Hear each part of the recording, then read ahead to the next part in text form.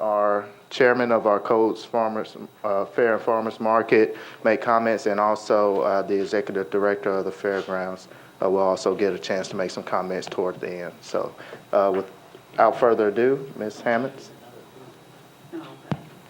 Thank you all for coming. I thought I'd take just a moment to set the stage for what we're doing, how we got here, and then introduce our presenters today. If you'll recall, in February of 2011, the Council adopted BL 2010-820. It directed the Fair Board, the Parks Department, and the Planning Department to develop a master plan for the future of the Tennessee State Fairgrounds site. The master plan was to include a park and restoration of Browns Creek, modification to or removal of existing facilities, planned development for mixed-use purposes, and suggested infrastructure improvements on and off site. To fulfill the direction that you gave us, it became apparent that the master plan would have to be accomplished in 2 phases. So phase 1, which you'll hear today, is a technical analysis for using the fairgrounds site or an alternative site for fair and event uses. The consultants were directed to apply best practices found at second-tier state fairgrounds around the country. You will hear the Phase 1 presentation this afternoon, and it's going to be led by Principal Consultant Bill Kruger. He's with Convention Sports and Leisure. It's a firm that specializes in fairground and event venues all over the country. Then next Tuesday, you'll hear from the Phase 2 consultant team, which has performed a technical analysis of market supportable mixed-use development on the fairgrounds site. Just so there won't be any confusion, both Phase 1 and Phase 2 are technical studies based on what the market will support, what the 117-acre site will support, and what will be generally compatible with the surrounding neighborhoods and businesses. Both studies conclude with projections of the economic and fiscal results that might be expected from each development scenario. We hope you'll find the information useful. Each study is driven by data rather than by taking the political pulse of the region and the community. We know that it is in the Metro Council that the political factors can best be weighed in light of projected economic consequences. And with that, I want to introduce Bill Kruger of Convention Sports and Leisure, and he'll introduce his team. Thank you, Ann. Mr. Chairman, council members, can everybody hear me okay? Great. My name is Bill Kruger with Convention Sports and Leisure International. We're based out of Minneapolis. We've got an office in Dallas. We've been a firm for, I want to say 25 years or so. I've been with the firm for 18 years. This is our specialty, is focusing on market, financial, economic planning as it relates to any kind of event complex. So fairgrounds, convention centers, arenas, stadiums, racetracks, things like that. So this is really up right in our wheelhouse, and we're excited to be working with Metro government on this, and it's been a pretty exciting process for us so far in terms of looking at a long-term and a master plan approach to the fairground. So I want to introduce the rest of our team here. With me, I've got Mike Woolley and Tom Williams from Venue Solutions Group. They're experts in the industry. They can, once we get to their part, they can explain a little bit more about their firm, but industry experts with respect to best practices in terms of operations and management and how these kind of buildings are run. And so they've been locally based, and they've been doing projects all around the country for decades. And so they're industry experts that we work with on many occasions. And to my right, I've got David Greisel with Convergence Design, specialist in the design of event facility complexes, so fairgrounds, convention centers, and the like. David has done many of those, and we work with him on many projects around the country, and he does exceptional work. So that kind of comprises our team. And so what I'd like to do is I've got this presentation that goes over what we did. This first slide here is a presentation outline of the different components of our master planning process. And the whole thing, I can get through it probably in about a half an hour, 45 minutes, somewhere in there, and then we'd love to entertain some questions from the council at that point in time. You've also got a copy of the report too, which is provides more detail relative to this information. So in terms of our master planning effort, we'll talk a little bit about the methods that were applied and what our charge was in terms of this master planning engagement. We looked specifically at the condition of the existing fairgrounds. Venue Solutions Groups was instrumental in kind of walking through and understanding the state of the industry and some of the deficiencies and some of the opportunities or challenges that the existing structures may present right now at the existing fairgrounds location. Looking at the operating performance of the fairgrounds, we dug deep into what kind of events, what kind of activities, attendance, staffing, what operational practices, et cetera. We looked at the existing fairgrounds from a historical standpoint. And then moving forward, when we're thinking about a best practices approach, we're thinking about benchmarking across the country. What can we learn from other fairgrounds, in particular state fairgrounds complexes? What kind of activities do they do? What kind of facility development solutions have they come up with in terms of doing business day in and day out and year after year? An important part of what we did was a market demand analysis, both community outreach, talking to existing users of the fairgrounds, and then potential users of the fairgrounds, and importantly, thinking about what we could support as a community. So the City of Nashville, Davidson County, what could the community overall support in terms of a fairgrounds or a state of the industry type fairgrounds project? And so we'll talk about some of those things. So once we understand the market demand, we can outline a program of facilities that would be based on best practices and the market that's present within Nashville, Davidson County. So we'll kind of outline those characteristics, and we'll talk about how that relates to the existing fairgrounds and what some other options might be if we would locate elsewhere. And then we've outlined some concepts in terms of program. And then lastly, we end with kind of this cost benefit, so the economic impact of the fairgrounds as it exists today, along with some of the different scenarios, the potential concepts of both the existing site and then potentially moving to a greenfield site, which is part of our charge. So the phase one purpose as given to us when we were engaged for this project, a forward-thinking effort to protect and enhance the long-term viability of the fairgrounds for the benefit of Nashville and the state of Tennessee. The objectives is to recommend specifically a fairgrounds program and analyze several different development scenarios based on best practices. So we're looking at best practices as it relates to a fairground. So again, as Ann mentioned, this approach, this process that we're working on as phase one does not relate to anything such as mixed use development or any types of reuse of the existing site. This is looking at a benchmarking best practices approach to a state fairgrounds that considers the existing location and then also potential greenfield location elsewhere in the county.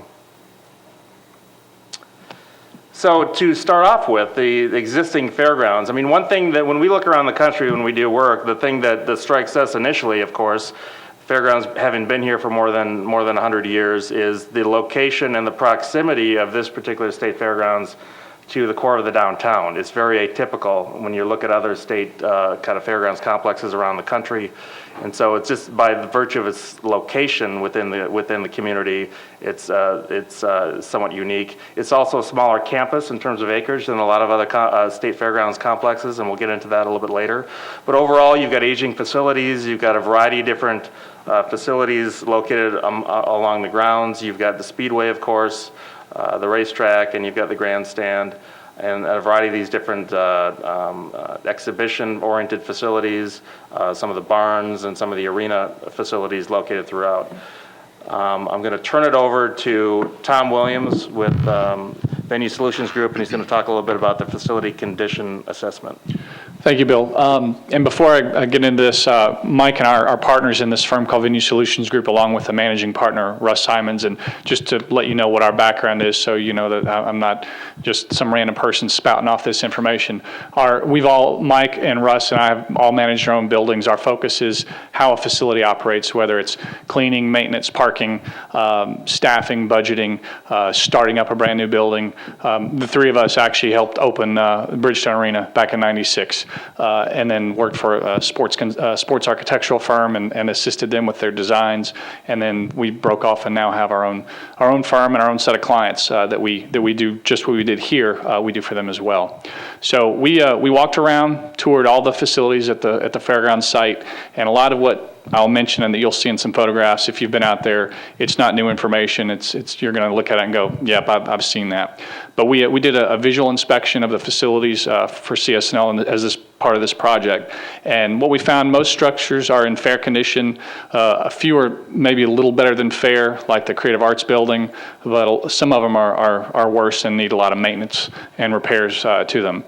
This is just a list of what we observed and had conversations with Buck staff to get a better handle on the things that we couldn't see. So there's been little HVAC maintenance, little HVAC controls. A lot of the roofs need to be probably inspected by a qualified roofing contractor. They have air curtains that aren't controlled at the doorways, and obviously everything has cosmetic needs. And let me preface or interject here that a lot of this is due to the fact of this black cloud hanging over the fairgrounds and not knowing if the fairgrounds was going to close, how long it would be open. So they've had to do a lot with very little resources, and it's understandable that little resources may have been expended because of not knowing what was going to happen with the fairgrounds. The next one. So, additional things we found, a lot of oxidation on steel structures. There is Wi-Fi in the building, which is a great feature for their exhibitors and their guests. There are a lot of areas of rotting wood. Nothing dangerous that we observed, but it is noticeable. In food service, concessions graphics are dated, and the phone and electrical systems are in pretty good shape. This is sort of the summary of what we found, and in the report, the full report that you've got in the back, there's an appendix with a bit more detail of summary of what we found at each facility.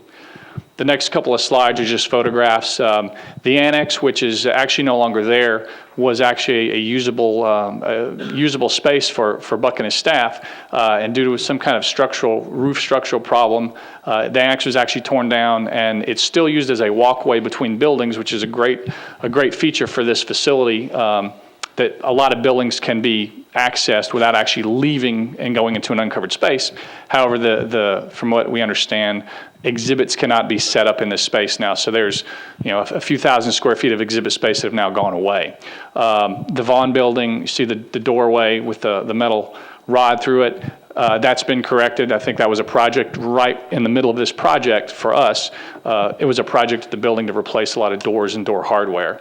Wilson Hall, which is in pretty good shape, and you see the perimeter fencing that's reminiscent of what you might see at a prison, something that would stand to be redone, replaced.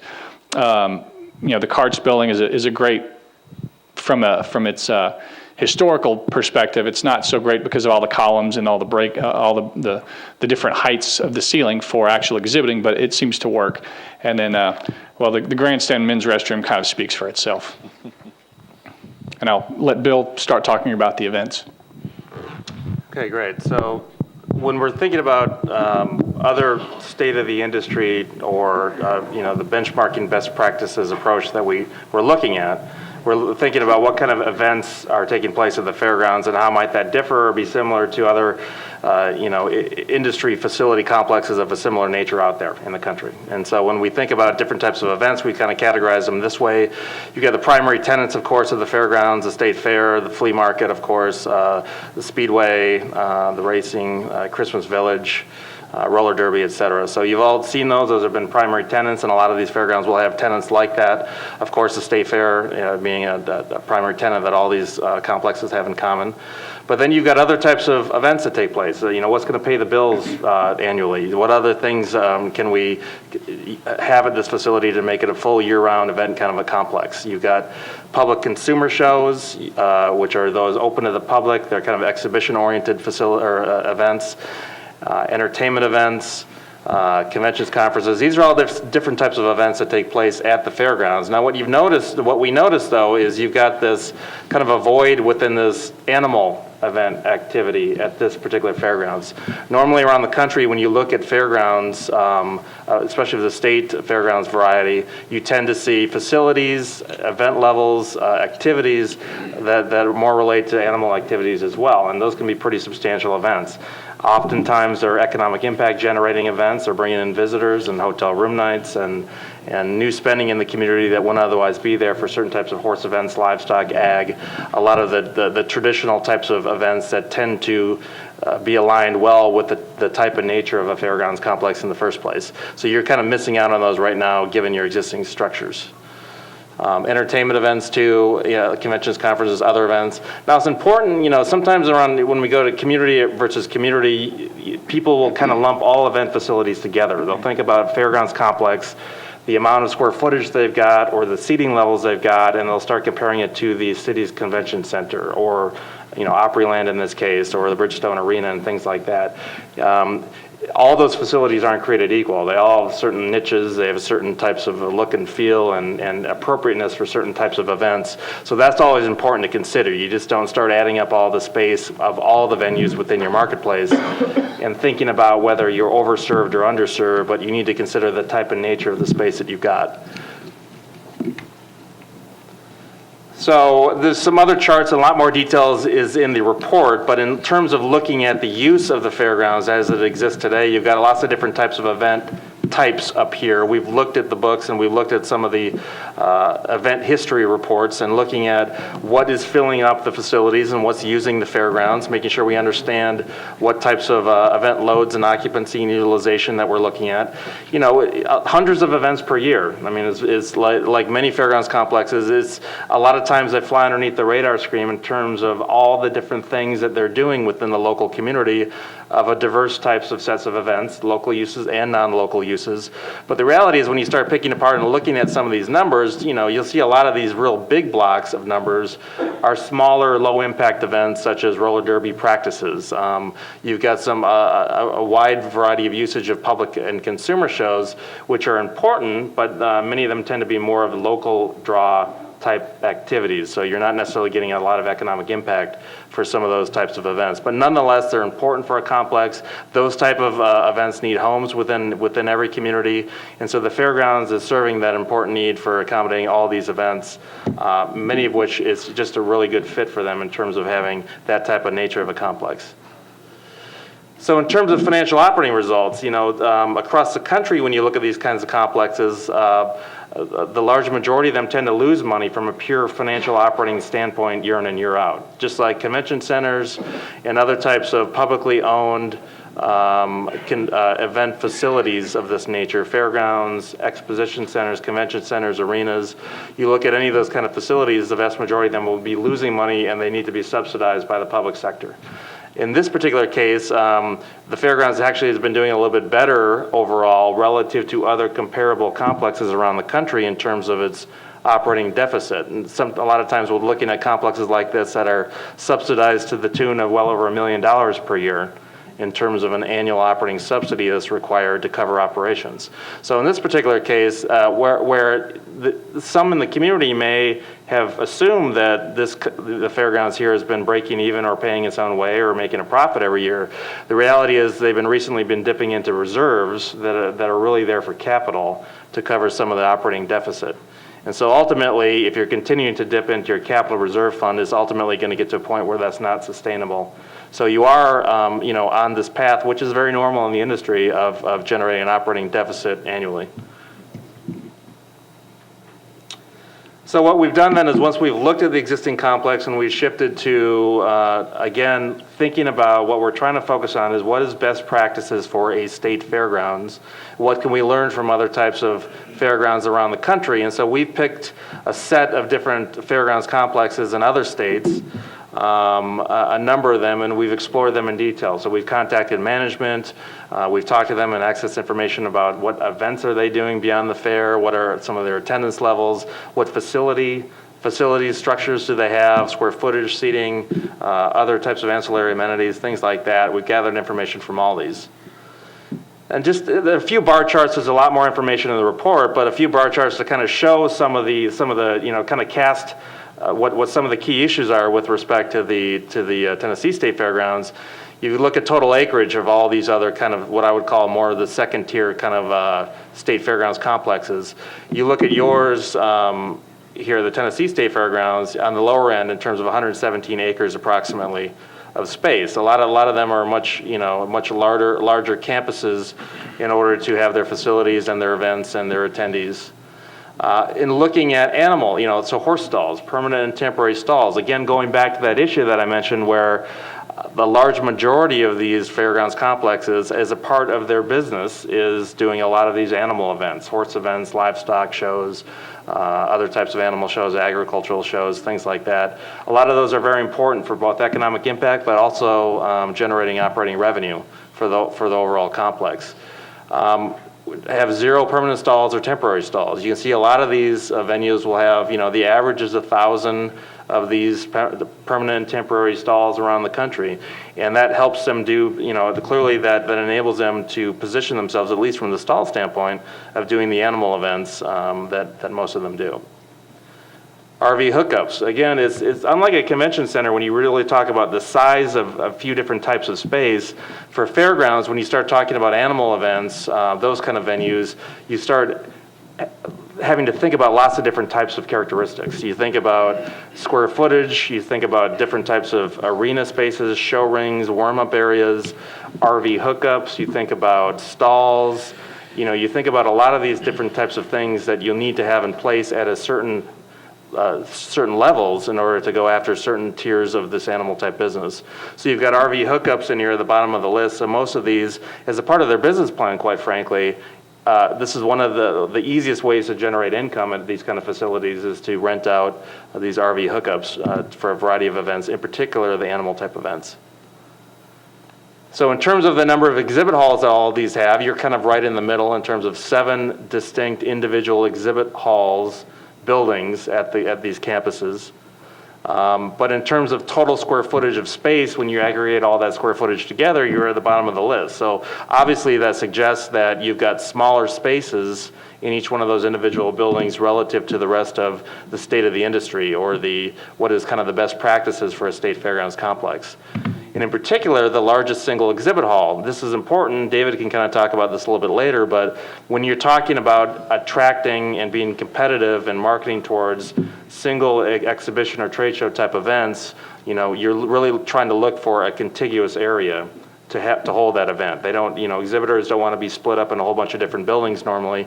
And so you look at a contiguous square footage of a contiguous space within a single building, and you're way down at the bottom of the list in terms of this best practices. Same thing with square footage of meeting space, a smaller space that can be used for anything from meetings to seminars to board meetings to, all those kind of ancillary type, smaller type meetings. You're on the lower end there of the list. Number of indoor arenas, you've technically got 1, but in terms of that particular arena, in terms of the square footage offered on the floor of that arena, it's not really the state of the industry in terms of the type of space that a lot of these complexes have. And then seating capacity for that largest arena, again, relative to everybody else. All this is just basically reinforcing the fact that you've got these older facilities that the rest of the universe is growing and evolving and getting more sophisticated in terms of what their state of the industry is in terms of these kind of complexes to both host a state fair, but also to do lots of other things, whether it's trade shows or equestrian events or horse events or livestock or ag, any of these other types of events that all these complexes tend to be accommodating.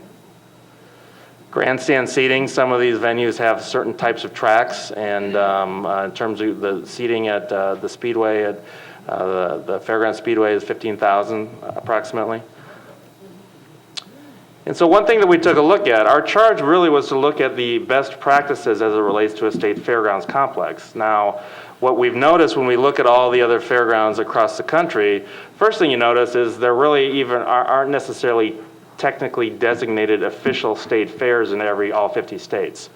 So what we've tried to do is we've looked at all 50 states, and for those states that don't necessarily have a designated state fair location or venue, there are, like for instance in Washington State, there's a couple different county fairs that are technically county fairs, but they both consider them to be the home of the State Fair of Washington State, as an example. So you've got a couple states like that, a couple states that really don't even have a state fair at all. So when we look at the whole issue of is the state of the industry and the best practices approach to a state fairgrounds, does it include a racetrack?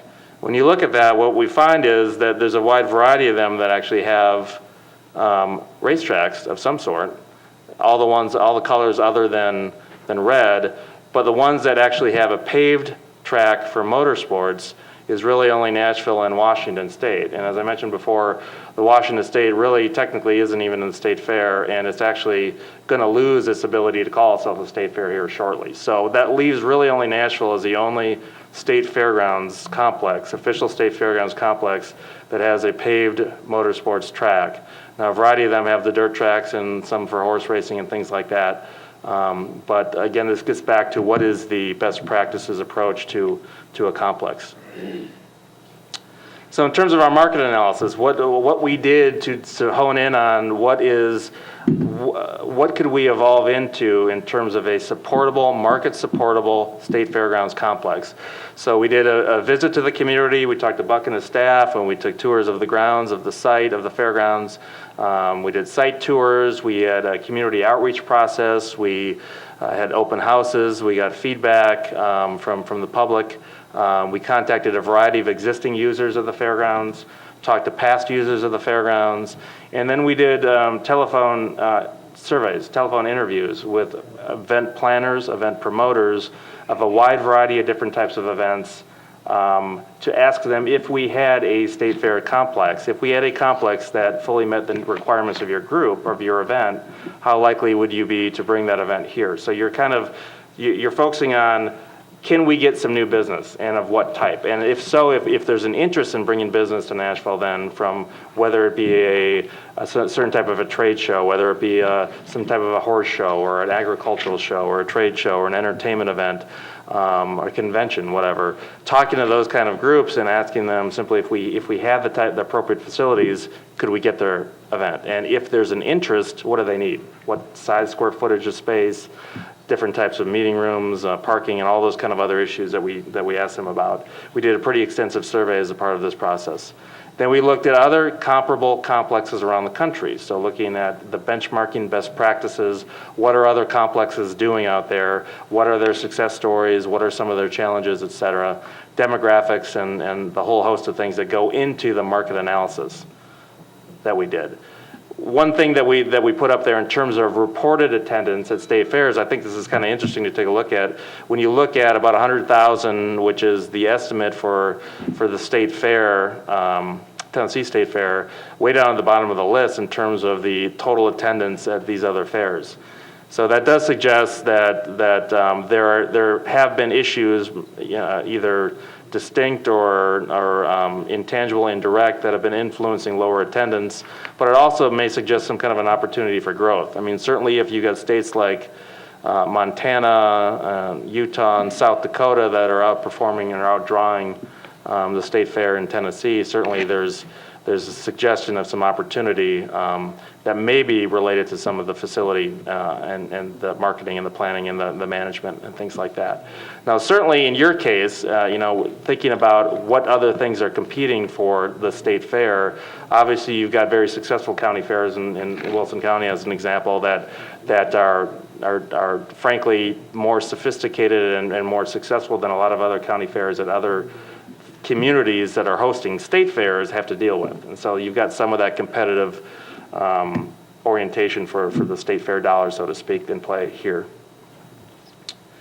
So then we shifted to the Fairgrounds Speedway. Now again, what we've been learning is that the state of the industry or the best practices approach to facilities as it relates to a state fairgrounds model does not necessarily include a paved motorsports track. But when we're thinking about a development at the existing site, clearly you've got the speedway, the track that's there right now. It's got a very strong and rich history of races and activities over the years, over the decades, and it's been an important part to a certain segment of the community for a long time. So certainly if you think about redevelopment at the existing site, you've got to think about issues related to the existing speedway. So many of these issues you're all very familiar with, so I don't have to go into too much of that, but it relates to the location specifically of the fairgrounds and the racetrack, close into a residential area and close to more of the center core of the downtown of the city than you might find in other communities with similar types of racetracks. You've got limitations and dates that have been imposed in terms of the number of races. up to 10 from 7 in past years. But that still is an artificial limitation that a lot of other speedways or racetracks don't have to deal with. You've got some deficiencies in functionality. You've got some of this historical turnover of some of the promoters that have been involved here locally. You know, some people will say that the closure or the failure, or depending on how you want to look at it, of the Nashville Superspeedway is something that tells us about this, the orientation of Nashville for success in racing. We don't necessarily agree with that, but that's another issue out there that needs to be considered or evaluated if you're thinking about the speedway issue overall. So I'm going to turn it over now to Mike Woolley, and he's going to talk a little bit more about some of the research he's done on the speedway racetrack issue. Thanks, Bill. One of our tasks as a part of this study was to take a look at the NASCAR question. There's been a considerable amount of debate relative to, can NASCAR, quote unquote, come back to the market?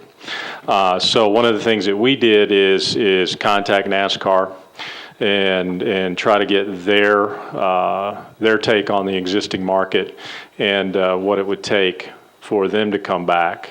And basically their position is they have no position because there are certain benchmarks or criteria that would have to be met or considered before that they would even seriously entertain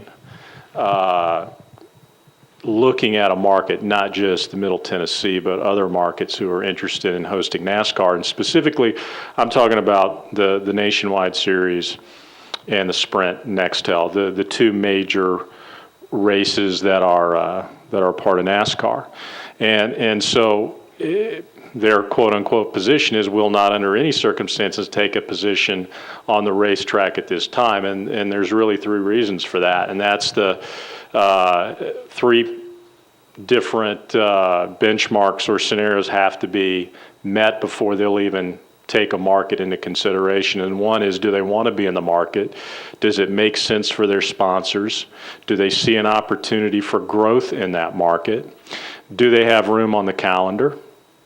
You can, if anybody who watches or follows the series, there has been very little movement in terms of the number of race dates, both in increasing in number, but in just the number of tracks. Typically, they have expanded into markets that they haven't raced before, and these markets have gone out, or promoters have gone out and built new modern racetracks in these areas. And then thirdly, is there a promoter that is viable, and that typically means a local or a regional promoter who would take the financial risk to host one of those events, and it's quite expensive.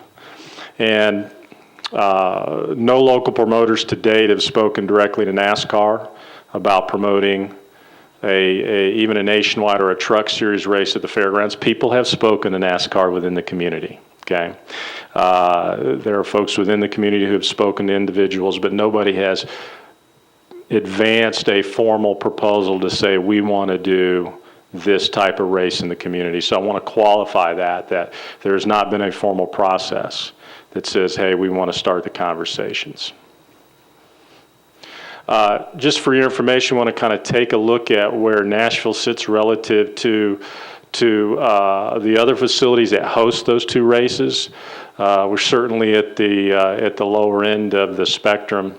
And that is, if you were to look at their race schedule, both for Sprint Cup and Nationwide, most of their races are in the more modern facilities that have public amenities that can service their customers, whether it's the campgrounds, the concessions, the media centers, and garages to support the teams.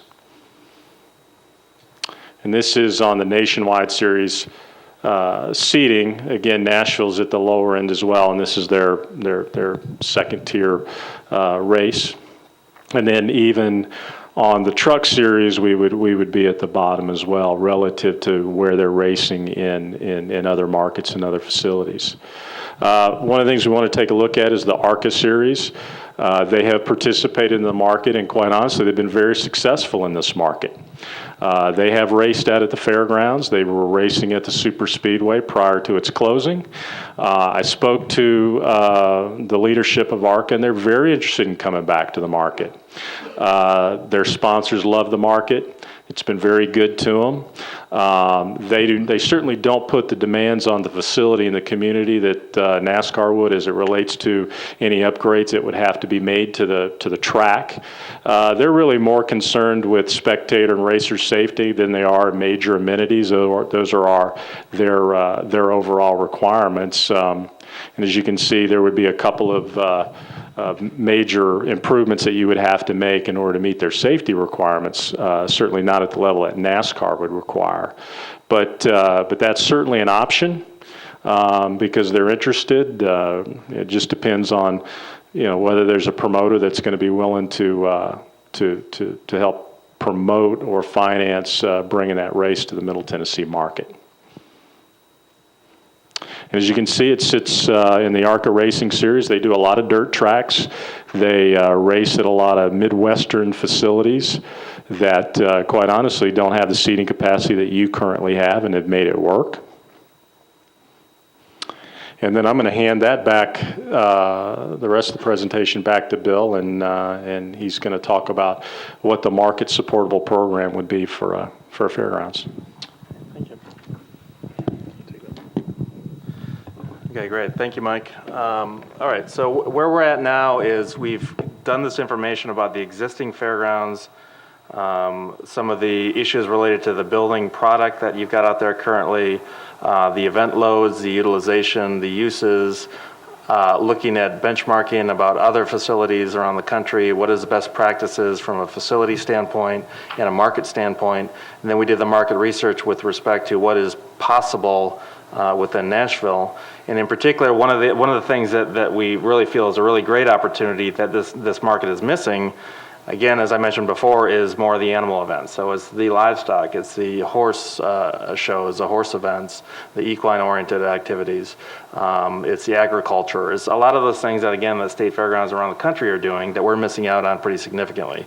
And those, again, many of those can bring in visitors and visitation of people that wouldn't otherwise be in this area. So they're generating economic impact. The same way that a convention is going to be drawing in lots of non-locals that are spending money over a series of days in the community and turning around and leaving. So in thinking about what the possibility is within Nashville, we've outlined a market supportable program, and I've kind of outlined the building parameters as it relates to these kind of key areas, exhibit halls, this indoor arena that I'll talk about in a second, some of these other areas here that largely are kind of set up to do more of the animal type activities, but in addition, they can be supportive for a wide variety of other events, including consumer shows and entertainment events, and even the fair itself. So when we talk about a market supportable program, meaning we'll set aside the site for a second right now and just focus on what we think is supportable within Nashville, Davidson County. We're thinking about exhibit halls of kind of a state of the industry best practices approach to fairgrounds, to a state fairgrounds, a variety of different exhibit halls, basically about 200,000 square feet or so overall, but importantly, a pretty significant contiguous space building, a single building of about 80,000 square feet, which is going to be required. And then you've got this indoor arena facility. Now you've got the sports arena right now, but this is a whole different animal. This is something that's not like the Bridgestone Arena, but this is more of what you would find in a fairgrounds or an equestrian kind of an expo kind of a complex. Traditional indoor rodeo arena is kind of a dirt floor orientation, about 45,000 square foot floor area, but ideally positioned to go after lots of different types of the Western disciplines for horse events and some of the other types of disciplines out there, whether it's just dressage, et cetera. But there's a lot of Western, rodeo and a lot of quarter horse and hunter jumper and cutting and barrel racing and team roping and all these different types of events. A lot of those are non-local, but it's certainly what we feel is it would address a void in the overall marketplace.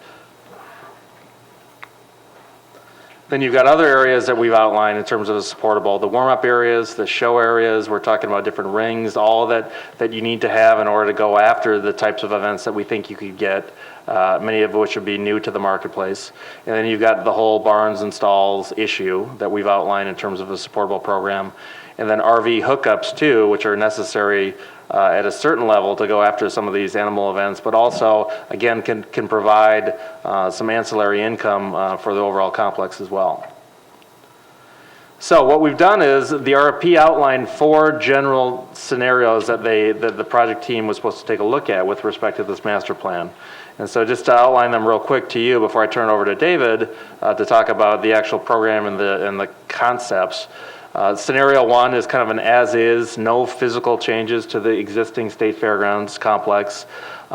Importantly, as you'll see with some of the projections going outwards, is under a Scenario 1, we're assuming we're not really investing in the building product. So what is theoretically what we believe is going to be happening is over time, if you do nothing, you will continue to deteriorate in your ability to attract events and attract activities moving forward as the rest of the industry gets better and you are not investing in the bricks and mortar of your facility in out years. So then Scenario 2 would be do basic repairs, do some minimal type improvements to the existing fairgrounds complex, and then focus more on operational adjustments, best practices in terms of policies, procedures, marketing, management, tightening the ship with all the things that aren't really bricks and mortar, right? It's more of the operational aspects of getting that tuned up. So that's a little bit different scenario. But then Scenario 3 would be a redevelopment at the current site. We've got 2 variations on that, a Scenario 3A and a 3B.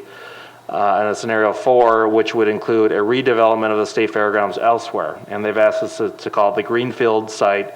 So it's not a defined site, but it's somewhere within the county that would be a new location theoretically then for this scenario for a new State Fairgrounds. So I'm going to turn over to David Greisel now. He's going to go through some of the conceptual issues and some of the costing issues as it relates to these scenarios. Thank you, Bill. Again, my name is David Greisel. I'm an architect with Convergence Design, and our firm has done a variety of event centers and similar types of facilities like this. So we're very pleased to be working on this project. The visual for scenarios 1 and 2 is basically a photograph of what's there now, because as you recall, as Bill described the scenarios, Scenario 1 is no changes and Scenario 2 is minimal changes, which basically relate to taking care of deferred maintenance items and making more operational changes to the fairgrounds operations. So as you're looking down from the sky, you wouldn't really see much of anything that would be different. Just to get you oriented to where we are, north is up. The road that diagonals through the upper right corner here is Nolensville. And then this is Craighead wrapping around here, and Wedgwood, which most people consider to be kind of the front door entry to the fairgrounds, comes in from the west right here. So Scenario 3 is where it really starts to get interesting, and as Bill said, we have 2 different versions of Scenario 3, one that imagines keeping the racetrack in place and one that imagines the racetrack going away. Scenario 3A is the option that imagines keeping the racetrack in place, and before I get into most of the specifics on this, I want to point out a couple things that are going to be common to both schemes. One is a rather significant feature, which is this large green area along the east side of the fairgrounds is an area that is restricted to development because of various floodway and floodplain and flood mitigation zone restrictions that have been put in place since the fairgrounds was developed. Some of these areas are used for parking now. Some of them are just undeveloped areas, but they would need to stay undeveloped or even become undeveloped in a future redevelopment scenario. So what that means in practical terms is your 117-acre site lost basically a third of its developable capacity to this floodway, floodplain restriction. Now that's the sort of negative way of looking at it. The positive way of looking at it is you've got a tremendous green space that has been added to the city's inventory of green space along the east side of the fairgrounds that becomes, in a sense, a public amenity. Although it's still somewhat questionable to what degree that amenity could be developed even as, for example, parks, or whether it would need to be left entirely alone. So that's one constant. Another couple of constants just to point out is the senior center stays in both of these scenarios basically untouched, And there's a small building here that's owned by the school district that would remain basically untouched in both these scenarios. Now, in scenario 3A, we talked about leaving the racetrack, which because of its large shape and geometry kind of constrains what you can do with redeveloping the rest of the site. Because we're imagining this to be a phased development that would be implemented over time, all of the red boxes, which represent new construction, are located in different places on the site than the current buildings, most of which are dashed red lines that you see in this area of the plan, which is designated for parking. The Creative Arts building is one that we feel has enough architectural merit that it would merit being retained and redeveloped as part of this redevelopment scheme. Frankly, most of the rest of the buildings we don't feel are worth keeping in a redeveloped fairgrounds, and so they are demolished as new space comes online. So the way this plan is laid out is the arena that Bill described as the dirt floor arena with the 150 by 300 square foot event floor and somewhere between 3,500 and 5,000 seats. It's kind of right in the middle of the redeveloped fairgrounds, directly north of Creative Arts. And the site itself is organized by a new public space midway that kind of angles from the northeast to the southwest, ending at the Creative Arts building as kind of a focal point at the south end, and then heading out towards the Walsh Road entrance to the fairgrounds. This would be substantially regraded from the way it is now, so that it would represent, instead of a steep slope right here, it would be basically a very gentle slope all the way from one end to the other, so that it could be easily traversed by pedestrians and or vehicles. The idea of this this midway, which is kind of shaded in various shades of brown on this image, is that it would be open to traffic for approximately 50 weeks of the year, so that people could drive back and forth on it, but during the fair times it would be closed to traffic and essentially become a pedestrian-only zone. So arrayed along this midway are, in addition to the arena we talked about, several exhibit buildings here, here, here, and here that together comprise approximately 75 to 80% of the market supportable program that Bill outlined for you a few minutes ago. So in this scenario, we're not able to get 100% of the market supportable program, but it's scaled in such a way that it would still be an effective redevelopment fairgrounds, just at a slightly smaller size than what would be considered ideal or optimum.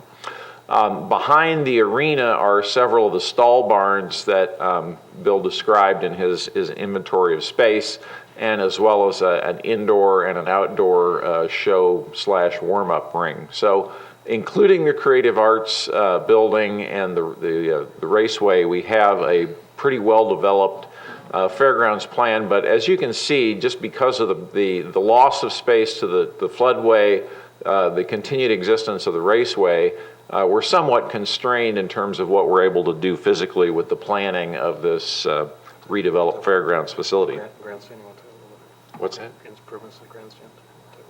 Oh yeah, included in the cost estimate for scenario 3A are some improvements that would be devoted to improving the quality of the fan experience at the racetrack. Although we're not super specific about what those improvements are, they would probably involve some redevelopment in the grandstand area that would make it a little bit more up to date, because obviously the intent would be to continue to use the racetrack into the future. So, moving ahead to scenario 3B, the main difference that you notice immediately is the absence of the raceway, and the fact that the raceway not being there frees up a lot of site for redevelopment and frees up the geometry of the plan in a way that I would consider to be much more easy to lay out and better able to accommodate the program. So in scenario 3B, the midway that we talked about before is now kind of a V-shaped midway that comes off of Walsh Road, kind of focuses on the arena as a focal point, and heads out to the southeast to a new entrance to the fairgrounds that would be directly opposite where the intersection of Seminole and Craighead, providing an additional vehicular access point to the fairgrounds. Opposite the arena, you can see a large exhibition building where we've taken several of the exhibit halls that are called for in the program and combined them together to create a single building that can provide up to 100,000 square feet of exhibit space in one contiguous space that will be much more marketable for other types of events, such as the flea market, but other kinds of exhibit events as well. That would make that a very marketable and desirable facility. One additional exhibit building next to Creative Arts kind of completes the complement of exhibit space in sort of an L-shaped configuration near the new midway. And then the stall barns and warm-up rings and show rings are kind of arrayed to the west of the arena here. And again, as you can see in the previous scheme, a large amount of the existing fairgrounds buildings where those buildings used to be becomes parking. You'll also notice that there's a couple of dashed in opportunities for future growth. So one of the big advantages of 3B over 3A is the potential for future fairgrounds development beyond the market supportable program that's identified in this study. So that kind of gives you a quick overview of those two scenarios. And now we're going to flip to the Greenfield site. And I just want to remind you that this is not an actual site in Davidson County, but merely a hypothetical site of approximately 340 acres. So it's a big piece of ground. It would be obviously in a rural part of the county because you're not going to find 340 acres contiguous anywhere in town here. And some assumptions about the site would be that one, it's directly connected, at least on one side, to a major arterial roadway that provides direct access to the interstate system, because that would be a key criteria, is access. Another assumption is that it's going to be fairly typical Middle Tennessee topography, which is to say a lot of rolling hills. So that development of the site is going to require A, substantial grading, B, the provision of some kind of on-site retention of stormwater, and C, that 100% of the site's not going to be developed even when the site is fully developed. There's always going to be some areas of slopes and trees, so you see the development of this site is not nearly as intense as it is in the existing sites. Having said that, we're going to have two scenarios, 4A and 4B. In this case, 4A is the one without a racetrack, and 4B does include a racetrack, which we'll look at in a minute.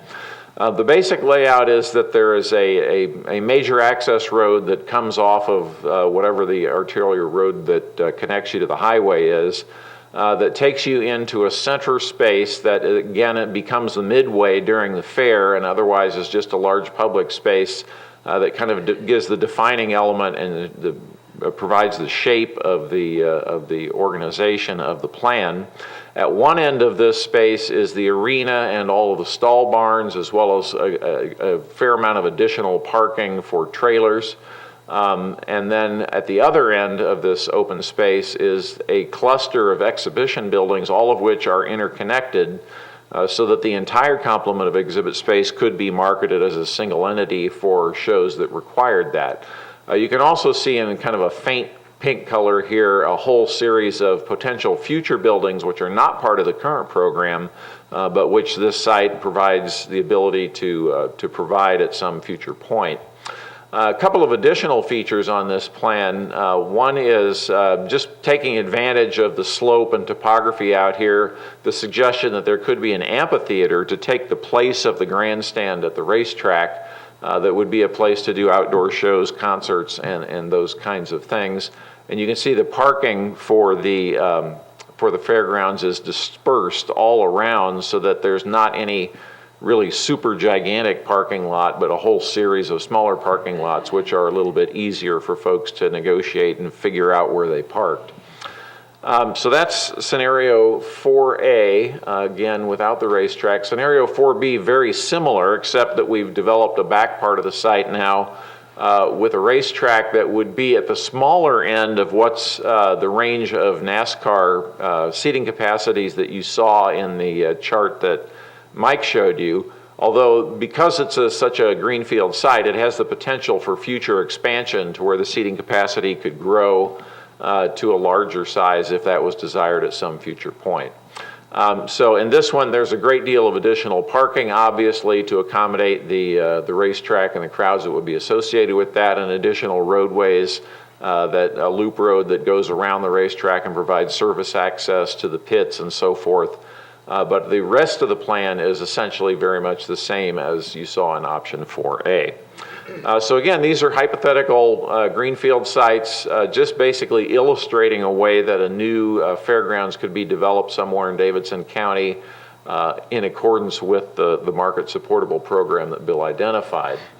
And so this slide shows the comparative construction costs of the four scenarios that are something other than the status quo. We obviously didn't show costs for scenarios 1 and 2 because those costs are insignificant from a capital standpoint. But scenario 3A clocks in at about $150 million. And the reason why 3A is more than 3B is because it includes money for redevelopment at the racetrack, which is not included in scenario 3B. So 3B without the racetrack is slightly cheaper at $143 million. Scenario 4A, the first greenfield scenario, the one without the racetrack, $230 million. And scenario 4B, the scenario that includes a racetrack, $333 million. Most of that racetrack cost is actually reflected in the line item for site development, which, as you can see, is substantially more in 4B than it is in 4A.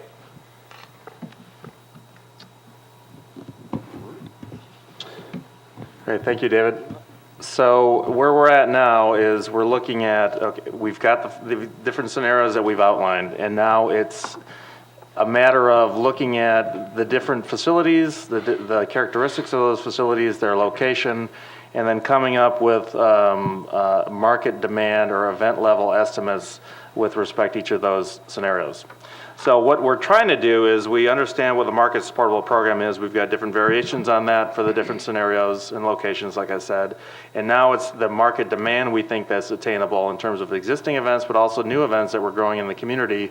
And we're focusing on, for the remainder of this now, is we're focusing on what's going to fill up the building, what kind of revenues and operating expenses might be associated with those buildings, with those event levels, and then also economic impact. So normally, communities, when they're thinking about the large price tags that David outlined, it's going to be, what's the benefit then? We got the costs and you got the benefits. And so that's what a lot of our charge was moving forward here, is looking at costs and benefits, and that's what we're trying to outline here. So when we're thinking about these different scenarios and the event levels and how that works, we get the state fair under each of the scenarios, of course. These are just the number of events. And then what we've looked at in terms of racing is obviously the scenarios that don't have the racetrack, we lose the racing dates. But then we've got, when we did this study, we had a current 7 race dates. It's actually 10 now. So this would be moving up to 10, I'm sorry. And then we've got 12 race dates under scenarios 2 and 3A, which we felt would be a better fit for the racing and kind of a supportable fit for scenarios 2 and 3A in terms of number of dates. So that would involve an increase of the dates from 10 to 12. What we have under scenario 4B, when we have the state of the industry, larger speedway, state of the art in a different location that's not constrained by race dates limitations. We're thinking about 32 events at those larger buildings, which include a small number of the very high profile, whether it be some of the NASCAR type events, ARCA events, and then the weekly racing and things like that you'd have in the middle of in the season type race activities under scenario 4B. So then when we look at all the other events, we maintain the flea market event dates throughout each of the scenarios.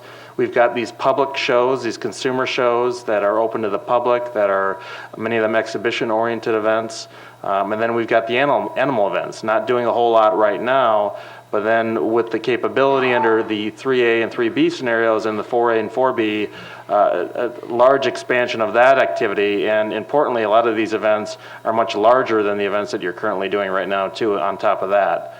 So then you've got some other miscellaneous events. So really what we're talking about is we've got differences here on the event levels. We've taken a nuanced approach in understanding and thinking about how each of those may play out. So for instance, When we go to a greenfield site, the theory is we're actually not going to be as successful in attracting public consumer shows relative to every square foot that we've got out there because of the location. You've got a desirable location that's near the center of population right now of the existing fairgrounds. Once you get further or more remote in a more rural area, some of those large consumer show producers may not have the same interest in the same type of square footage out in that location. So we're looking at differences among groups like that. So once you start applying some of the attendance figures per event, we get to a calculation of total attendance. And as you can see here, we're estimating some of the racing attendance figures to grow substantially. Obviously, if you have a state-of-the-industry super speedway that's not constrained with dates and the seating capacity and things like that. You got the state fair attendance that we're assuming is positioned under a redeveloped complex or a brand new complex to grow somewhat. Still not getting necessarily to the midpoint of all the state fairs around the country, but still better positioned for an opportunity to grow in terms of attendance. And a lot of the consumer show attendance, and again, the animal events. You see the animal event attendance.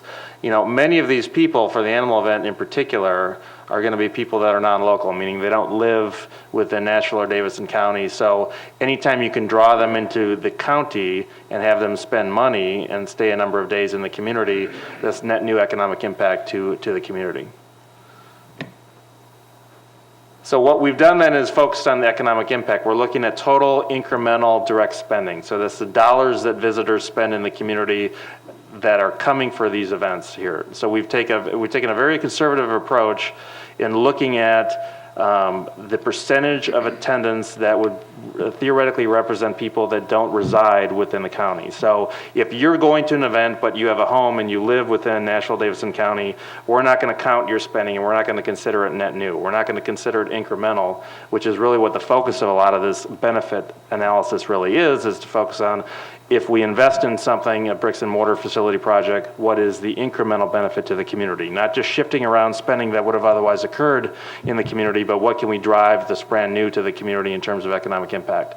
So the direct spending is that initial dollar spent on anything in the economy by visitors that wouldn't otherwise be in Nashville, Davidson County. So it's things like hotels, but we've taken an approach that says not all people will require overnight lodging, but there's some percentage of people that are visitors that do require overnight lodging. They've got different spending patterns. They've got food and beverage spending in the community. They've got retail. They've got transportation. There's entertainment spending. All that goes into a pretty sophisticated model to come up with these particular numbers as it relates to the initial dollars that are spent that would be brand new to the community. So what you find is you actually see, again, if you recall, this is in millions of dollars, 2012 dollars as we wrapped up the analysis at the end of last year, upon stabilization of operations. So this really is shooting out about 5 years from now. So scenario one as is, about 5 years from now, we're actually looking at a reduction or contraction in its ability to generate economic activity by virtue of doing nothing. So again, that's kind of like going the backward theory. Going backward theory. And then you've got growth, though, some pretty substantial growth once you start getting into these redevelopment scenarios. Better capable, better state-of-the-art buildings, state of the industry, larger, more square footage, more attractive, and more events and more activities and more economic activity going through them. So just some more calculations. The numbers on that previous chart is really just summed up here at this top row. Then for every direct dollar spent, there's indirect induced, there's secondary rounds of spending that ultimately you add up and you sum to total economic output that these buildings are supporting within the area that wouldn't be there necessarily if the structures didn't exist within the county. Now, that being said, certainly some of the activity that is generated by non-locals at the current fairgrounds, if the fairgrounds went away completely and you didn't have any other building in the community, some of those events would clearly shift to other local venues. So you've got to think about that in the mix as well when you're thinking about interpreting these numbers.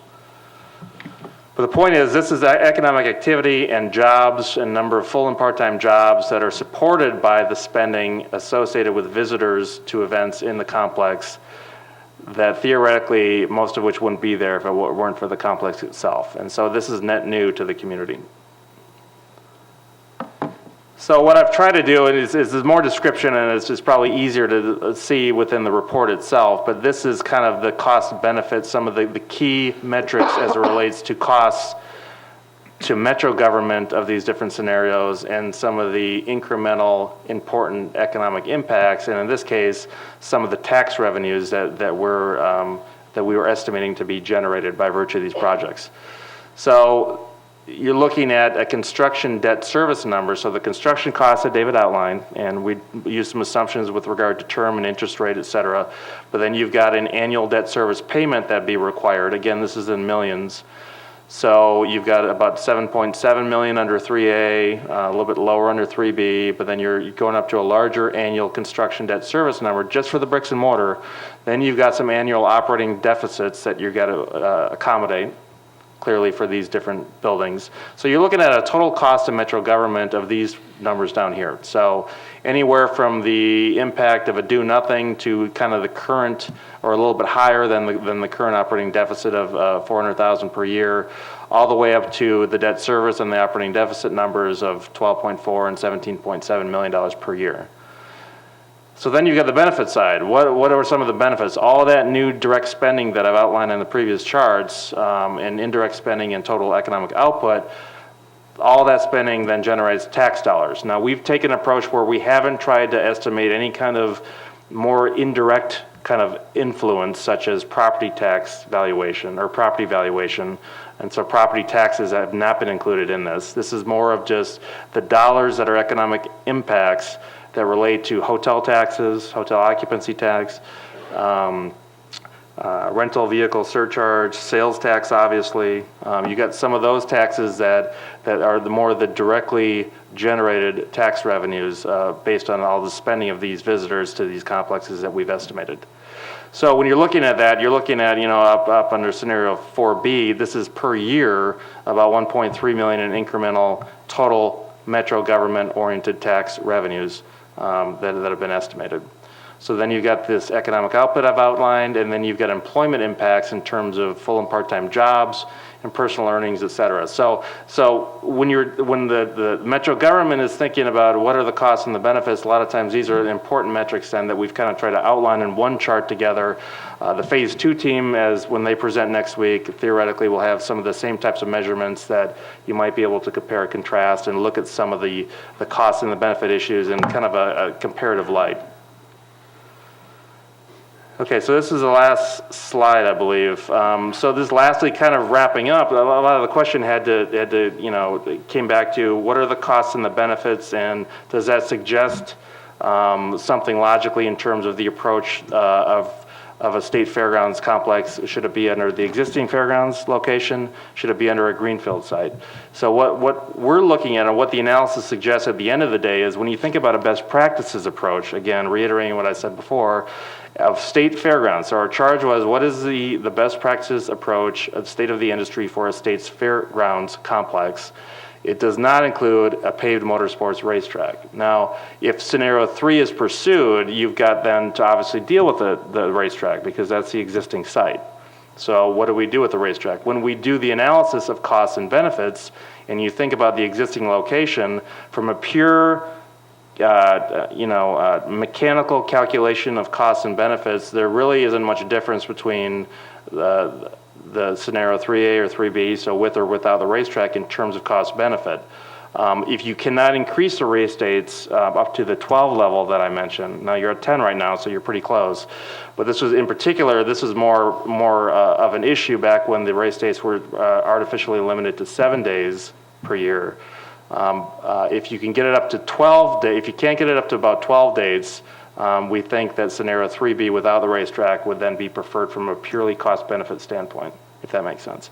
If scenario 4 is pursued, the cost-benefit suggests a scenario 4A without racetrack, simply due to the large capital costs and the large operating costs related to a state-of-the-industry speedway out at a fairgrounds in a greenfield location. Furthermore, it doesn't really correspond with the best practices model for a state fairgrounds complex. But all that being said, again, this is a lot of the talk on the mechanical cost benefits, the quantification issues of the direct impacts and direct benefits, the quantifiable benefits. clearly in every community around the country, almost more important, and in some cases definitely more important, in terms of decision making, is really the non-quantifiable benefits that oftentimes are critical to consider. When you're making decisions relative to, do we redevelop at the current site, do we invest money there, what do we do with the current site, do we go and redevelop elsewhere? Certainly issues such as racetrack and issues such as the state fair and the fairgrounds, a lot of those relating to quality of life, strong history, cultural heritage, all those kind of issues are really critical normally in a decision-making process like this that go beyond just the cost and the benefits. So I'm going to leave the presentation of that. That's really the formal presentation. We've gone just a little bit over an hour, so I'd love to, are we entertaining questions from the council at this point? Or Yes, yes. So we'll open the floor up, and Councilor Lady Moore. Thank you, Chair, and I try not to hog all the time. Gentlemen, I do appreciate you all being here this evening to explain that. And every time that you explain, I try to understand a little bit more of it.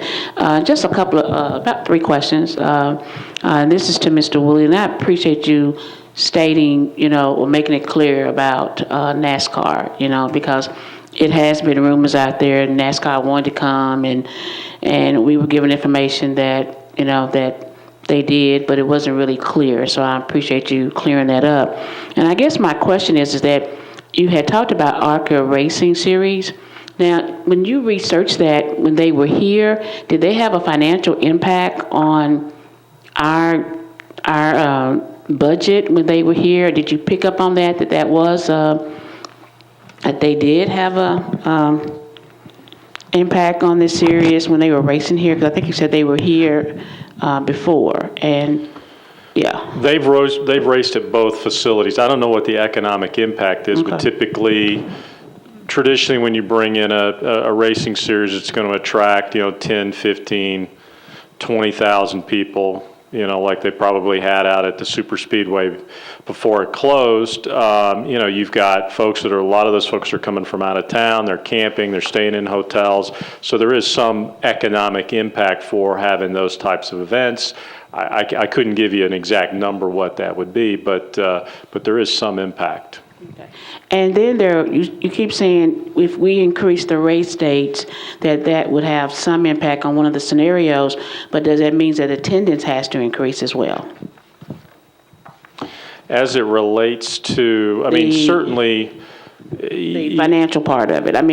If the race dates increase, does attendance have to be, in order to offset the financial issues of the racetrack, does that have to be I guess, coexist together? You increase the race date, what about attendance? Does attendance you talked about attendance, I forgot what page it was, on page 70, and you talked about how much money it would bring in if that's in connection with the increase in race dates? Well, I'll talk about it just strictly from a mechanical standpoint. Your decision to go from 7 to 10 to 12 has to be supported by the fact that there is demand, that you can support additional race dates and the costs associated with those events by saying that there's extra demand and that we can that we can generate the revenue, or the revenue is there, or the demand's there to go from 10 to 12 races. So as a promoter, that's how you would decide to make that decision, is that there's certainly more demand and that it would support, those incremental costs that you would take on as a promoter to have those additional events. Yeah, and I'll add to that by saying that in doing the research that we did and talking to the existing promoter and talking to other folks, it seemed that at the current location of the current facilities, the current speedway, that getting up to a level of about 12 would be, in the short term at least, kind of a good fit, kind of the sweet spot in terms of number of races. Now, what we've done when we're trying to calculate cost benefit is obviously we have to come up with assumptions relative to attendance, and I think this is what you're getting at. When you're going from 10 races to 12 races, the attendance, I think in our model we assumed a small dip, but essentially the same level of attendance for the other scenario, which would be the 10 dates races per year or the 7 races. So with more races, you are getting more attendance. It is dropping a little bit because you're spreading that out somewhat, but you are gaining new attendance and new attendees under the scenarios where the race dates move up. Now, that's also based on a scenario 3A scenario, which involves some improvements to the racetrack and the grandstand. So the patron experience is going to be better somewhat, under the existing facility, as I understand it, correct? Yep. One of my other questions, you talked about there was zero, something about the barns, the stalls. There was not a lot of activity. Research is based on data, based on what was presented to you all, that there was no activity only one time out of the year. Was that the only activity? I think that was on page 16, and you talked about zero. There was not a lot of activity at the stalls or the barn or something to that. How did you base that data? I mean, where did you get that? Yeah, the data that you're referencing on page number 16 is the physical number of permanent or temporary horse stalls that exist at the grounds right now. Now, certainly there are barns and there are sheds out at the existing fairgrounds. This is talking about the actual horse equine stalls that they have capabilities. Now, there are some animal events. I mean, if you look on page 69 at the current fairgrounds, when you look at the events that took place there, they do say 10 animal events occurred in a current year. Now, some of those are very small, they're very low participation, very low attendance, et cetera. So we're talking about a different nature events that you would have to, that you would evolve into if you had more facility capacity, including the stalls that you're referencing.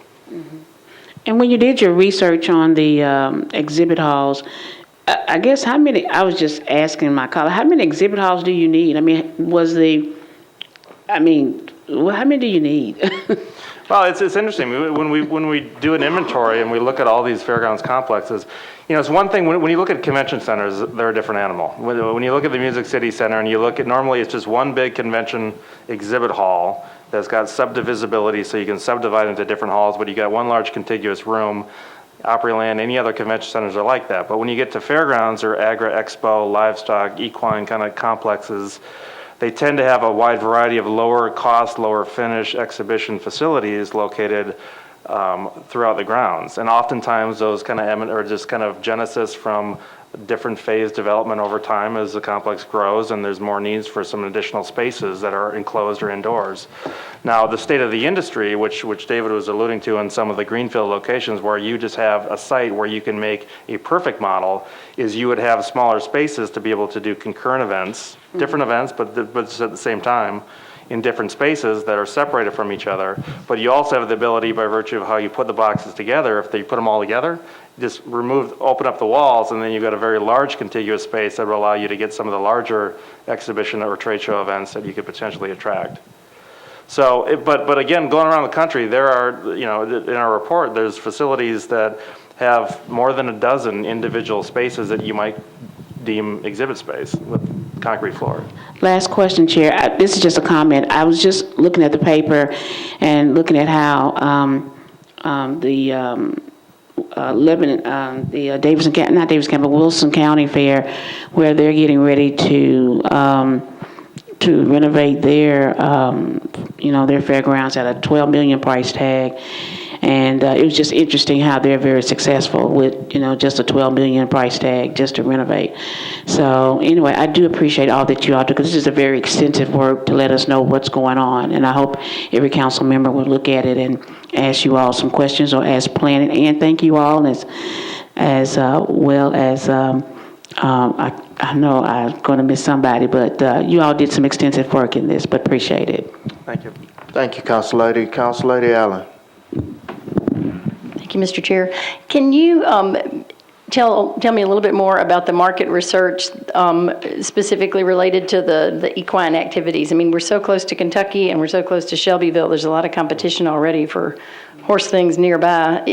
Does the market show that there are that many rodeos waiting for a place to happen here? And since we do market research and we do surveys and interviews with event planners and promoters for all of our studies, quite frankly. I mean, that's an important fundamental part, is talking to the people that plan these activities that can pick different locations to hold them and ask them, if we had a product that met their needs, would they come to Nashville is basically a fundamental question. And so you're focusing on the destination. And so if you're talking about a facility that's located in Nashville, Nashville is a strong destination. It's a strong brand. It's appealing. If you're talking about people that are driving in for a show or an event of some sort, equine, just like it's attractive for as a convention destination, it's also attractive for those kind of events too that are non-local. And so we heard that repeatedly when we did these surveys with whether there are, again, you go right down the list, there's a whole different series of disciplines and series of different breeds of shows and all these different things related to horse or animal or livestock, agriculture. You go right down the list, and we contacted a sampling of a variety of those. I want to say we did completed interviews with over 50 different individual events that rotate around of different types, and we've heard repeatedly that Nashville, we would love to be in Nashville. Some of the facilities that you mentioned, they're nearby, yet they're not located as close or convenient to the destination that's appealing for these people to visit. So that, by virtue of that, even though there's some of these facilities, you're going to get more than your fair share of events if you had the appropriate types of facilities by virtue of your destination, if that makes sense. Thank you, Councilor Allen. Are there any more questions or comments? Councilman Duvall? Thank you, Mr. Chairman, and thank you for your presentation. I've attended every one of them, and every one has been well prepared. Let me ask a few questions here, if I may, and I'm going to jump around a little bit because as I thought of questions and heard dialogue, I made some notes. State fair growth, talking state fairs based on your studies. Generally, you had a whole list. Or do we see state fairs growing or dying? Are they a declining category? Are they maintaining? What are they doing? Well, what they're doing, they're tracking like a lot of events of that nature. They're tracking with the economy. As the economy goes too, you're seeing some contraction. Okay. But overall, though, if you would take snapshots in every single decade, I mean, overall, you would see some contraction in total attendance, depending on the growth of the population of the area, et cetera. All right. What about their success? Where do we see the success? Some of these fairs are doing very, very well. And what I'm alluding to is basically entertainment and rides or ag. Where is the real success? That's a good question. I don't know if anyone else has any other opinions on that, but to me, the ones that are most successful just have this momentum of all those kind of things. Certainly, they have different types of niche or specialties. I'm just thinking of growing up and going to the Minnesota State Fair, a very strong history establishment of a very strong brand, a lot of agriculture emphasis in their particular fair. But every one of those state fairs that are successful have to have all those elements, and a lot of the entertainment and a lot of the concerts and a lot of the rides and all those kind of things all play together to make a successful overall experience. A number of the promoters that I have spoke with have said entertainment brings the people to the door, and then the ag becomes a value added where they participate in it, and then the rides appeal to the young people, which gets attendance up and brings them back. If you don't have those two, it makes it more difficult. If you're just an agrarian fair, you're not going to be successful. So it takes all three legs of the stool to be successful. Yeah, I would just echo that comment that I feel in my experience that concerts are kind of a driver of attendance.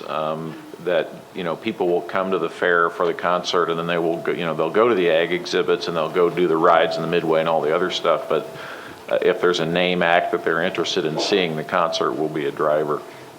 Okay, and we've not had that in our state fairs of recent. And I'm asking a question because it was kind of a puzzling comment, maybe the tone of the comment or whatever, talking about the paved track and discussing it versus dirt tracks and so forth, almost made it sound like it was a negative. I would think that would be a positive.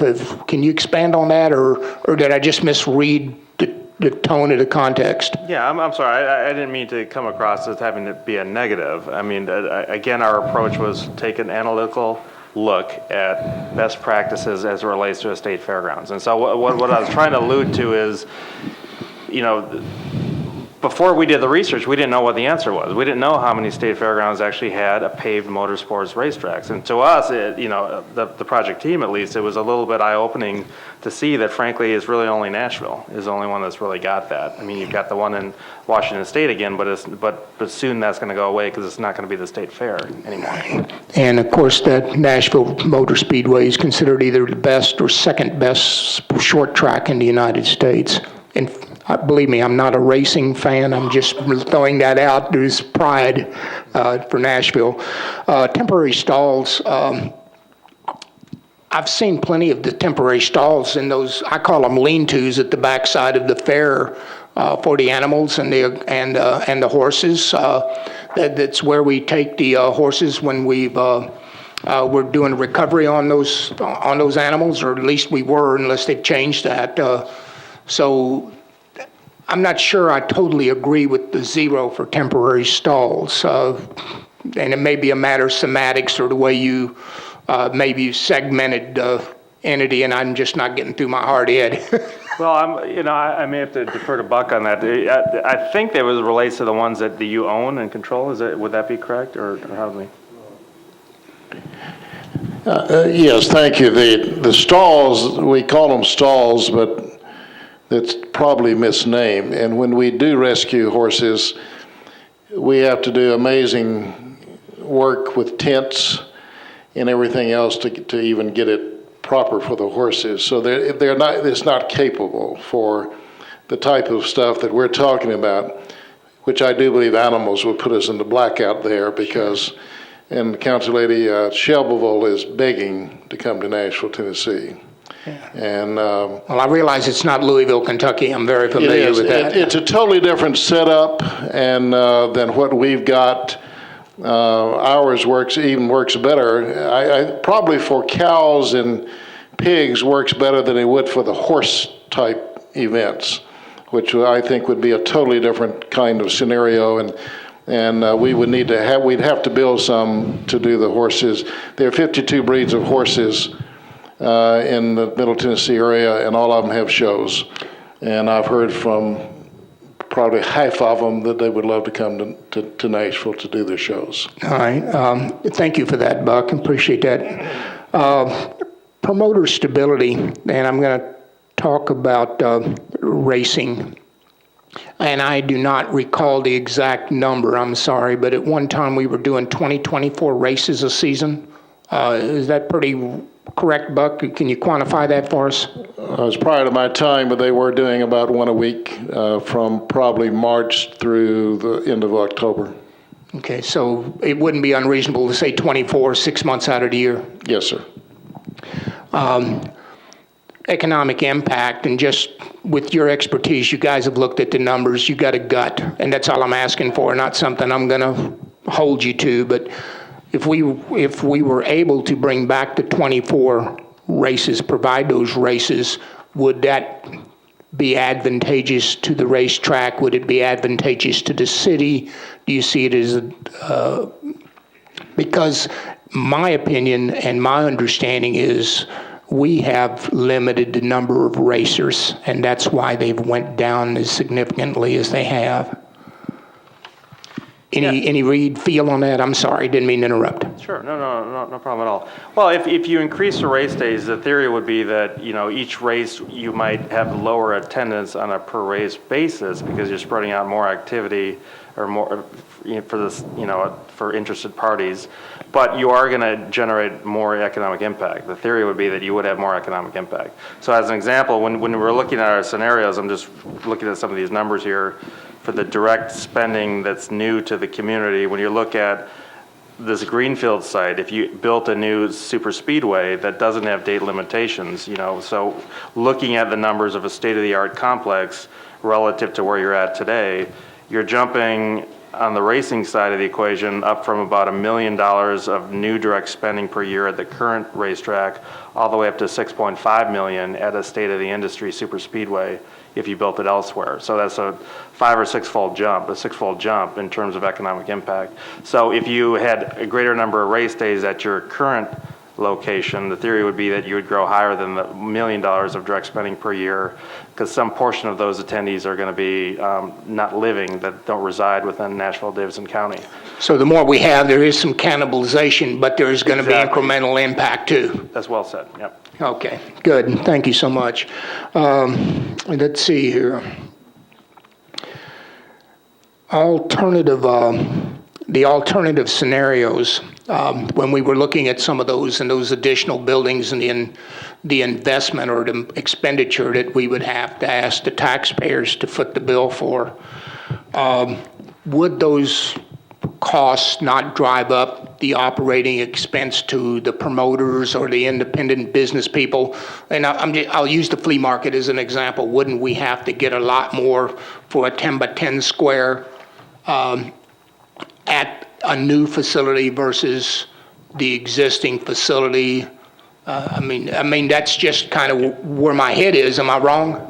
Well, I'll say a couple of things. I'm going to turn it over to Mike in a second here. But from my perspective, when we're coming up with the numbers and when we look at the financial performance of other complexes of, frankly, any kind of event facility out there, any kind of event complex, first of all, we had to make assumptions with respect to, we're assuming that we need to make these facilities, if we redevelop at the current site or a new site, we need to make them affordable. So we're not simply losing all the business that we're currently doing. So they need to be affordable. So that's partly why we're still, estimating that there's going to be an operating deficit, meaning a subsidy required, even though we're bigger and better and we're generating a ton more revenue, you've still got an operating expense side that's not quite being met by all the income that you're bringing in, even though that income is 10 times as much as what you're doing today, as an example. Yeah, that makes a lot of sense. Thank you. That's excellent. Go ahead. And with a newer, better facility that can offer more amenities and offer more space, you're offering the folks an opportunity to potentially grow their events. The folks that are going to be coming to their events have a better experience. So the folks that want to do business out at a new facility are likely going to be okay with paying higher rents just because they've got higher upside financially, but also the folks that are coming to their event are going to have a better experience. It's the cost benefit of analysis. What is an appropriate rent? And that has, there's a lot of factors that go into that, but yeah, you would assume that it would be a little higher potentially, just because of the potential to grow and drive more revenue for the promoter of that event. Hopefully just a couple more now, and hope not to take too much more time. When we talked with NASCAR, and I know you guys did, and I appreciate you doing that, was there any feedback from Mike Helton regarding that the first step was Nashville to offer an invitation, write a letter to them saying we would like them to come back? I didn't speak to Mike Helton specifically. I spoke to another senior executive who I presume had probably run the question through Mr. Helton. But there has not been a formal process when I spoke to him, somebody initiating that activity. So we haven't initiated anything at our end? Per my last conversation, unless something's changed in the last couple of months. Yes, the board had me send a letter to Mr. Hilton. Way to go. But that's been 2.5 months ago, maybe 3 now. We have not heard back from them. Okay, that's great. Thank you for that, Buck. Last but not least, I hope, the green space, that park that we created because of the floodplain. When you took a look at that, did you look at utilizing that as a parking area? Was that even considered where we can actually make it an impervious area and substantiate parking and support parking? Yes, we did look at the potential of using some of that floodplain area for overflow parking for peak event days, where it's not something you would use 52 weeks a year, but it might be something you would use 1 week a year. Was it cost effective to do, or was it something that's something that you would recommend against? I would recommend that we continue to explore that option, simply because I think it is a cost effective way to, boost your parking availability for those events where you really do have enormous demand. Okay. Gentlemen, thank you so very much. You've been very kind and very courteous. Thank you, Councilman Duvall. Councilman Westerholm.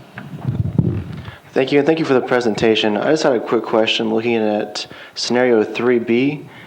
There's a reference in the handout here containing it mentions 3 sites for future expansion. And if you went over this, I apologize, but those sites, do you have any more information about where those will be located? Would they be where the parking is? And as far as the nature of what those future expanded uses could be?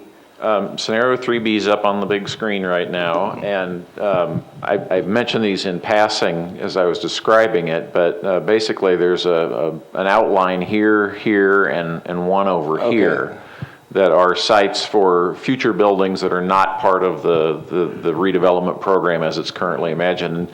You know, one thought is those buildings could be additional exhibit space or additional event space, or they could be potentially, you know, commercial uses like a hotel or something that isn't part of the current program.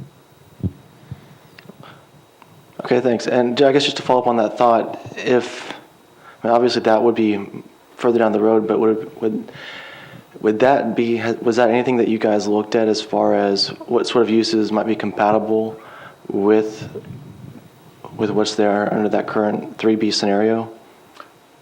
You mean additional uses? Right. Like if the future spaces do come, was it looked at as far as would there be, whether a retail space, an office space, residential space, was it that detailed, or is it just?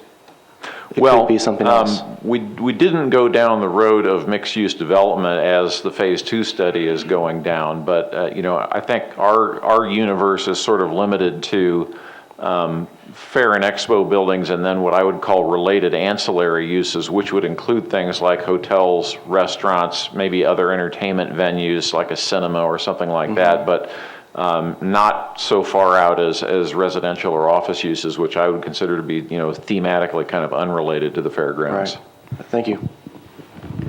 Thank you, Councilman Westerholm. Seeing no other questions, I will turn the floor over to the Executive Director, Buck Dozier. Thank you.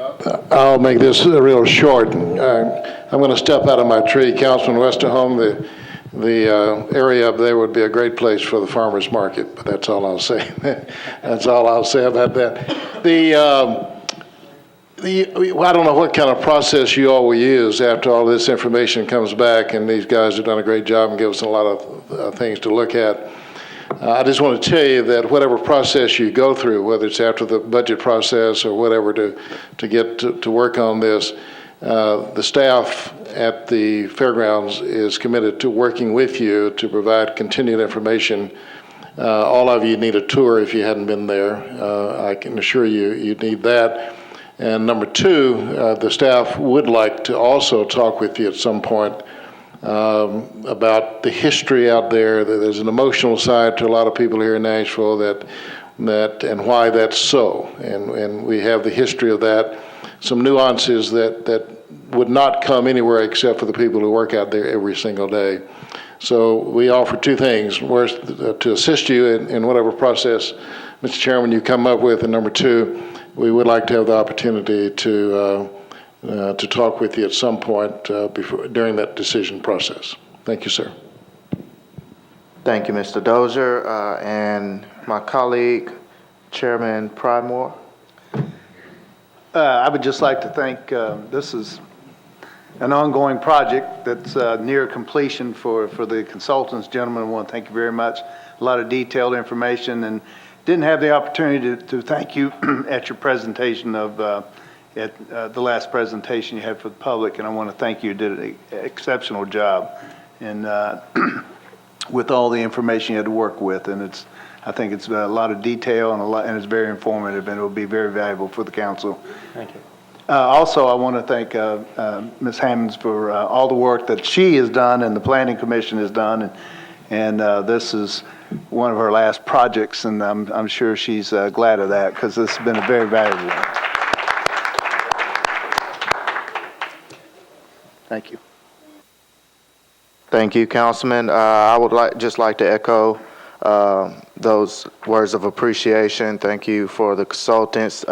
Thank you to the Parks Department, the Fairgrounds, Department and the Plan Department for working together on this. I want to thank each and every one of you and your staff, and thank the members of the Budget and Finance Committee and the Codes, Fair, and Farmers Market Committee, and all other council members, even if you aren't on one of those committees, for attending tonight. Just want to remind everyone about Phase 2. The presentation will be next Tuesday, 4 to 6, same time, 4 to 6. So I want to encourage you to come back out and call a council member that didn't attend tonight and have them come back out also. Thank you, everyone.